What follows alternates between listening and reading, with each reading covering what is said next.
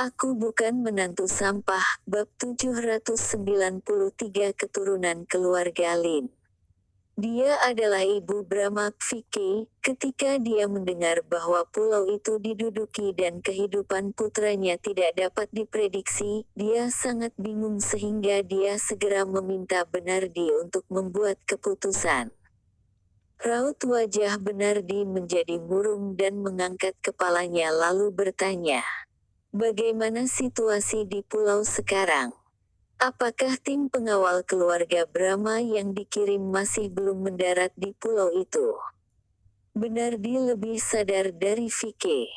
Pihak lawan secara terbuka menerobos ke area terlarang keluarga Brahma, membakar villa, dan menyingkirkan semua pengawal keluarga Brahma. Ini sudah memperjelas sikapnya. Dia sama sekali tidak takut pada keluarga Brahma, dan tindakan ini untuk menantang keluarga Brahma. Seorang pria paruh baya mengerutkan kening, dan memberikan laporan. "Tuan, pengawal yang mendarat di pulau itu sudah terlambat. Pulau itu sudah menjadi reruntuhan, bahkan kaki dan tangan Tuan Fabian dipatahkan." Begitu dia selesai berbicara, orang-orang keluarga Brahma yang berdiri di bawah mendengus dan mereka menunjukkan ekspresi ketakutan. Kekuatan Fabian sangat kuat, mereka sudah melihat dengan mata kepala sendiri. Bahkan Fabian yang begitu kuat dikalahkan. Benardi menggenggam tongkat penyangganya dengan erat, wajahnya terlihat tenang, tapi hatinya merasa ketakutan. Fabian bisa dibunuh orang seperti apa pihak lawan itu? Dan siapa, dengan kemampuan sehebat itu, bisa menghancurkan pulau keluarga Brahma dalam waktu singkat? Keluarga Brahma sudah berada di kota Sahaja selama beberapa belas tahun, sepertinya kali ini mereka mendapat bencana besar. "Tuan, ini video yang dikirim oleh pengawal di pulau itu." Seorang pengawal masuk dengan membawa ponsel. Layarnya berlumuran darah kotor. Brahma tidak bergerak dalam genangan darah, telapak tangannya tidak bergerak sama sekali, celananya berlumuran darah kotor, ada dua ular yang menggeliat di atasnya, menggerogoti daging busuk di antara kedua kakinya. Orang-orang keluarga Brahma menunjukkan ekspresi ngeri, dan punggung mereka terasa dingin. Bahkan Benardi tidak bisa berkata apa-apa dan ketakutan. Membuat Brahma seperti ini dan membiarkan ular memakan bagian bawahnya, ini benar-benar kejam. Pihak lawan meninggalkan cucu kedua untuk hidup, tidak berhati lembut, membuat hidupnya menderita. Kejam. Mengerikan. Tidak ada belas kasihan. Vike tidak tahan dengan pukulan ini dan menangis histeris lalu pingsan. Pria parubaya yang baru saja berbicara menunjukkan ekspresi wajah marah dan matanya memerah. "Anakku dibuat seperti ini, Tuan." Keluarga Brahma tidak boleh melepaskan si pembunuh ini begitu saja. Dia adalah anak kedua Benardi yang bernama Hanto, yang juga merupakan ayah dari Brahma. Orang-orang keluarga Brahma yang berada di bawah berteriak marah dan menuntut agar pembunuhnya segera dihancurkan. Tetapi dalam semburan amarah, wajah Benardi menjadi murung dan tidak mengatakan apa-apa. Dia adalah orang yang berpengalaman, dia tahu bahwa kali ini mereka berada di dalam masalah besar. Pihak lawan tidak takut dengan kekuatan keluarga Brahma, jika salah langkah, keluarga Brahma bisa dihancurkan kali ini. Semuanya diam. Benardi memegang erat tongkatnya, dan berkata dengan suara yang murung, "Pertama-tama bawa Brahma ke rumah sakit untuk diselamatkan. Tanpa perintah dariku tidak ada yang diperbolehkan untuk bertindak gegabah." "Ayah." Hanto dipenuhi dengan kesedihan dan kemarahan. "Apakah kita tetap seperti ini, menyaksikan Brahma disiksa?" "Tentu saja tidak. Benardi berkata, mereka yang berani melawan keluarga Brahma kita harus menerima konsekuensinya. Tapi sekarang kita tidak bisa mengetahui siapa pihak lawan itu, kita tidak bisa bertindak gegabah, kami tidak dapat mengetahui dengan siapa Brahma telah berseteru baru-baru ini dan seberapa besar kekuatan di balik pihak lawan itu.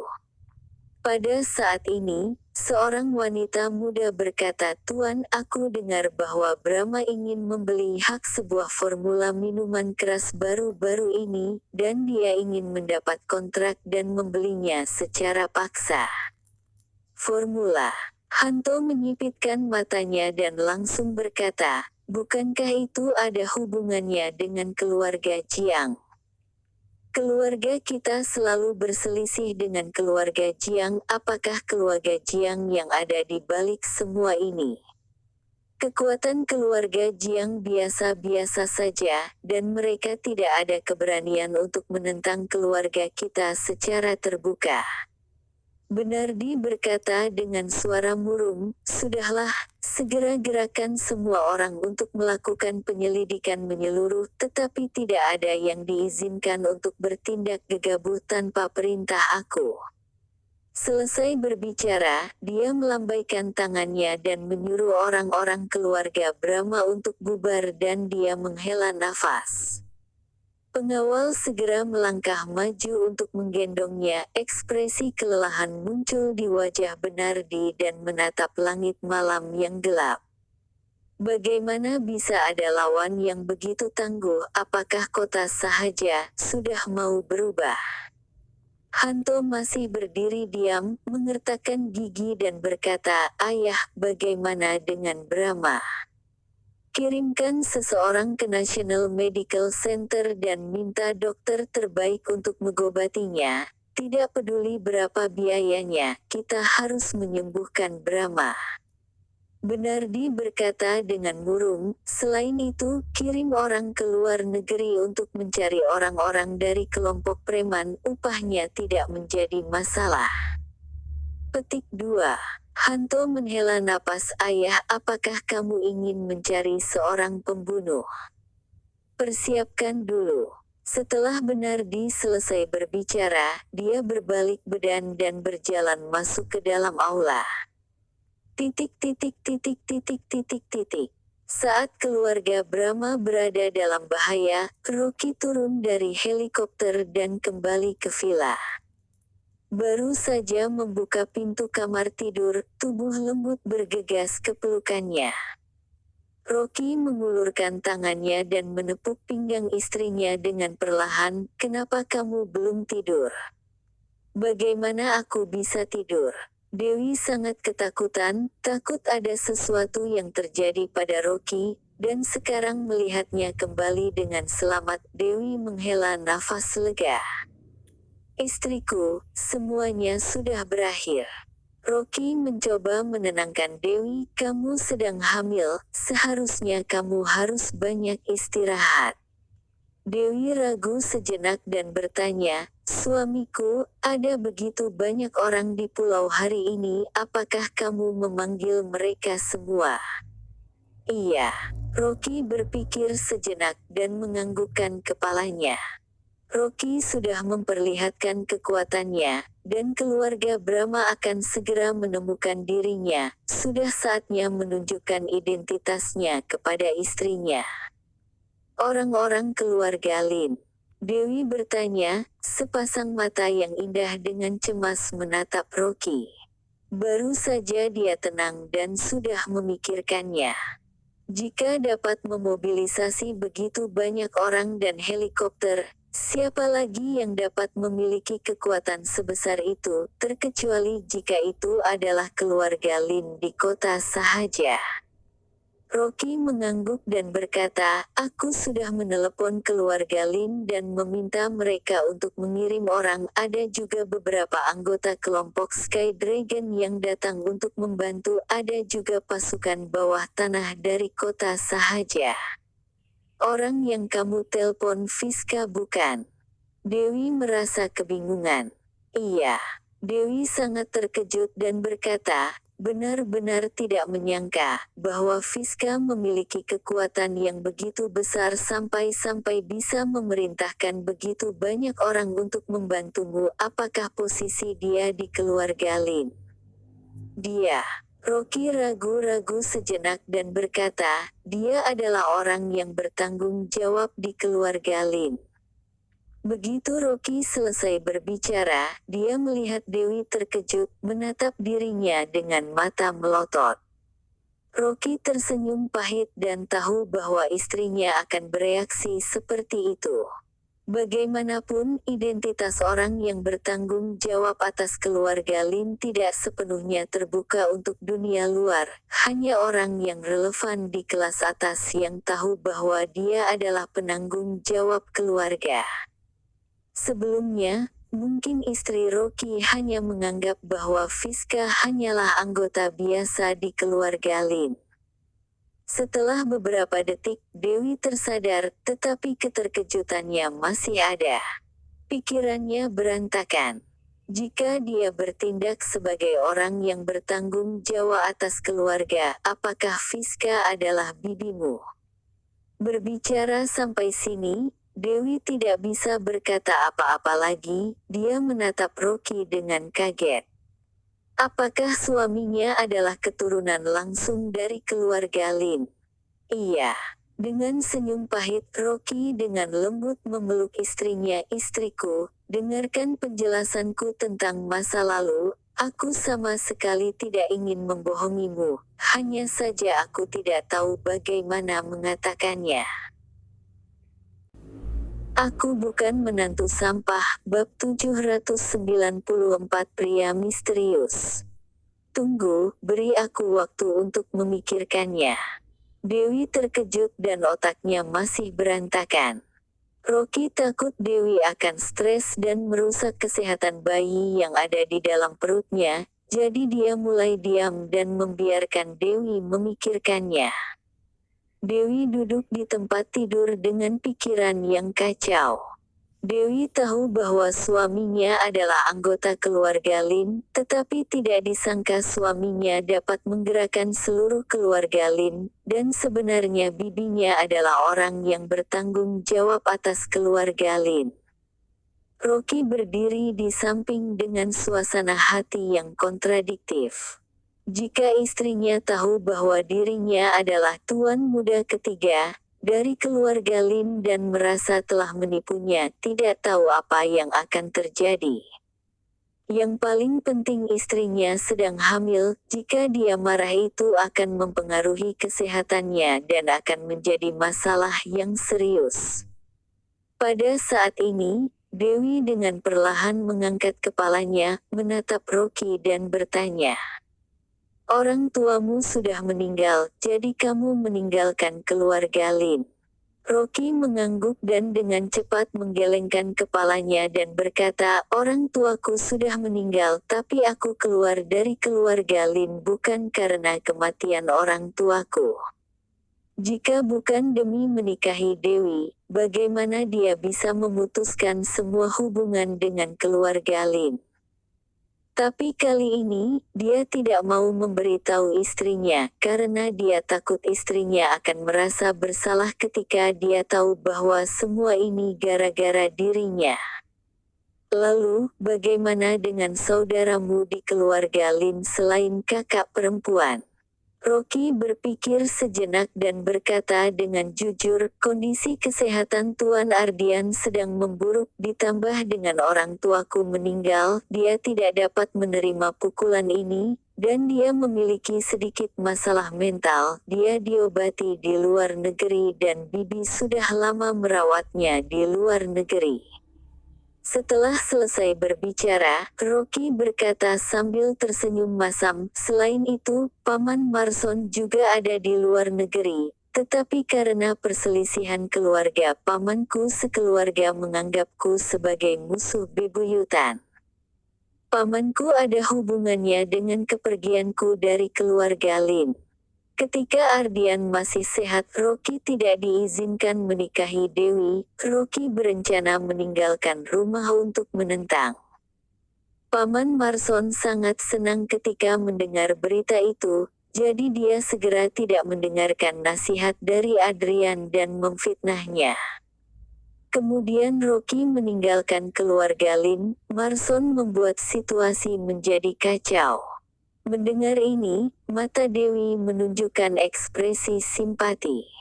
Dewi juga mendengar bahwa ada perebutan kekuasaan dan kekayaan dalam keluarga besar, tetapi dia tidak menyangka apa yang terjadi pada suaminya, seperti di serial TV, berseteru sampai titik darah penghabisan.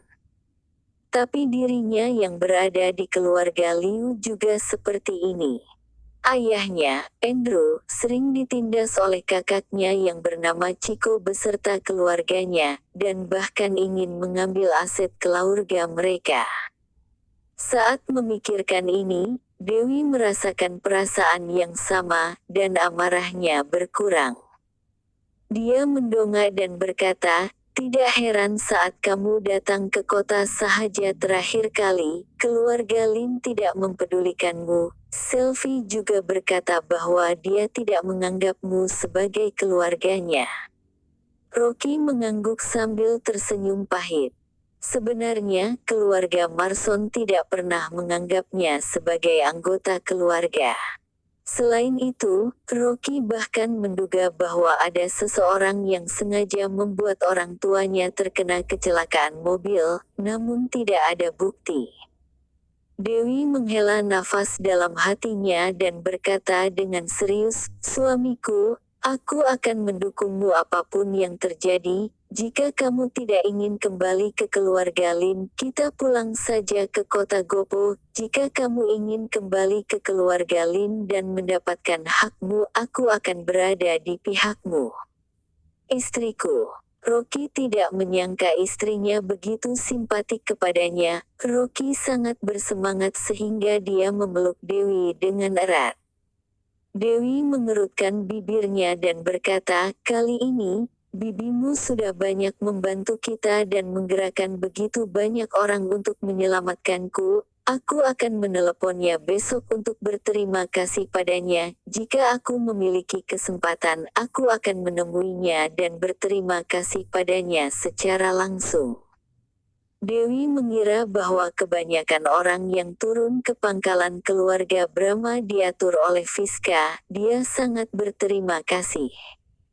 Suaminya sudah diusir dari keluarga Lin, bahkan hak untuk pulang ke rumah pun tidak ada. Bagaimana dia bisa memiliki kemampuan yang begitu hebat?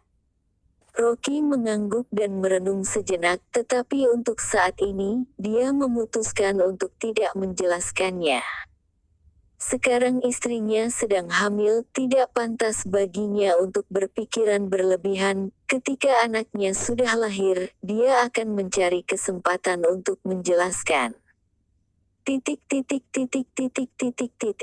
Larut malam. Villa keluarga Brahma. Hanya Rocky saja.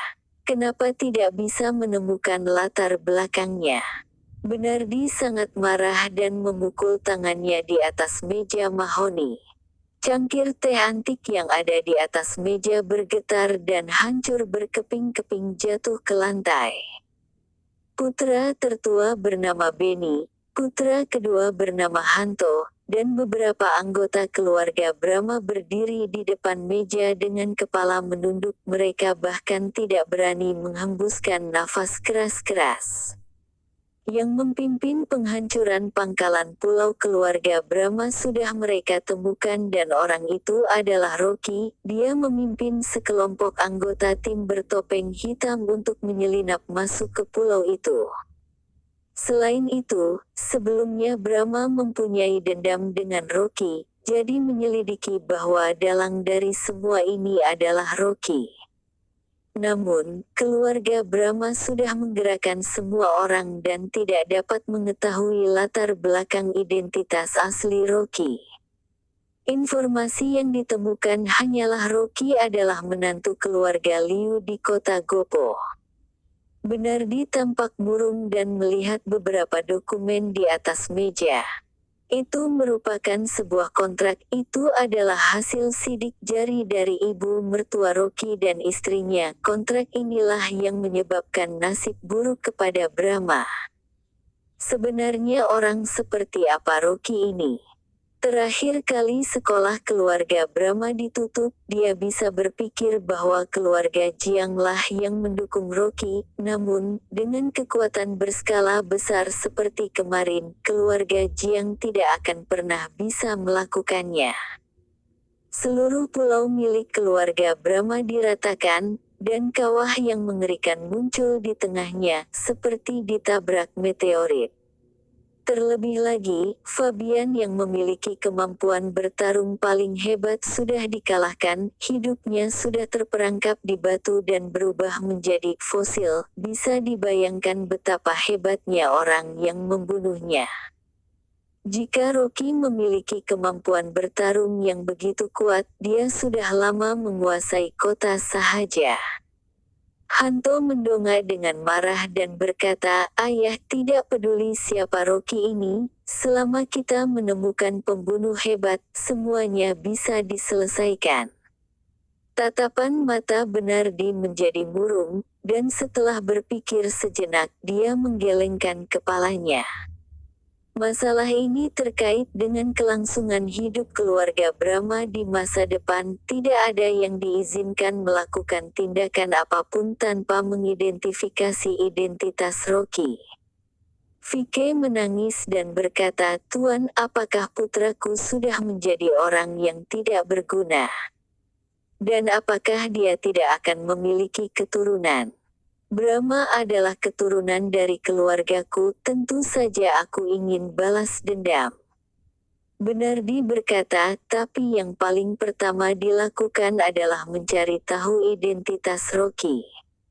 Kawasan bisnis kota Sahaja begitu mengerikan sehingga keluarga Brahma bisa berpijak di kota Sahaja karena stabilitasnya. Pada usia ini, Bernardi tidak lagi melakukan tindakan seperti dulu, dia harus mempertimbangkan seluruh keluarga. Yang paling penting adalah dia memiliki ketakutan terbesar di hatinya, dia takut bahwa Rocky adalah orang yang benar-benar paling dihormati.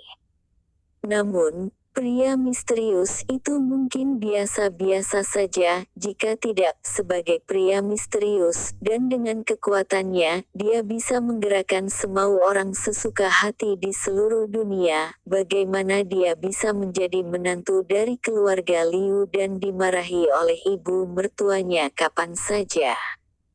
Semuanya bubar. Aku akan mencari seseorang untuk merawat Brahma. Dengan lambaian tangannya yang agung, Bernardi meminta anggota keluarga Brahma untuk mundur. Keluar dari villa, Vicky meraih Hanto dan menangis, "Putra kita sudah seperti ini, Tuan Bernardi masih bimbang, apakah kita membiarkan anak kita begitu saja?" Mata Hanto menunjukkan ekspresi marah, mengertakkan gigi dan berkata, "Tentu saja tidak. Mereka yang menyakiti anakku harus menerima konsekuensinya."